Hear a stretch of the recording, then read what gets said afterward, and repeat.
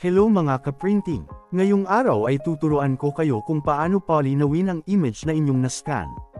Pwede mo ito magamit sa mga lumang picture at Rush ID. Simulan na natin. Una ay magbukas ng browser. Ilagay lamang ang Cutout.pro sa search box. Ito ay isang AI application. Madaming tools dito na pwede mong magamit upang mapadali ang pag-edit. Pero ang pipiliin lang natin ay itong Old Photo Restoration.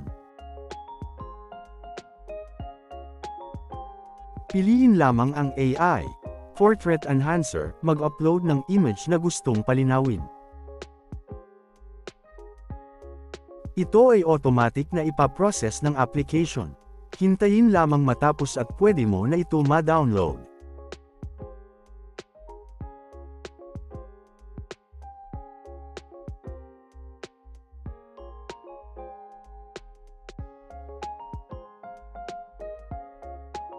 Madali lang 'di ba?